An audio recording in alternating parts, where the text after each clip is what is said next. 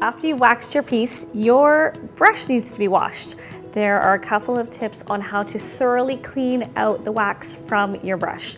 Now, this brush has been sitting for a couple of days and it's kind of hard and stiff. So what you want to do is soak this brush for about 2 minutes in some odorless mineral solvent or a mineral spirit of some kind that you can grab from your local hardware store. And it's going to really help to break down the wax that's in those bristles there. We absolutely love our waxes, so you want to make sure that you take care of your brushes because you want to be able to use them over and over again.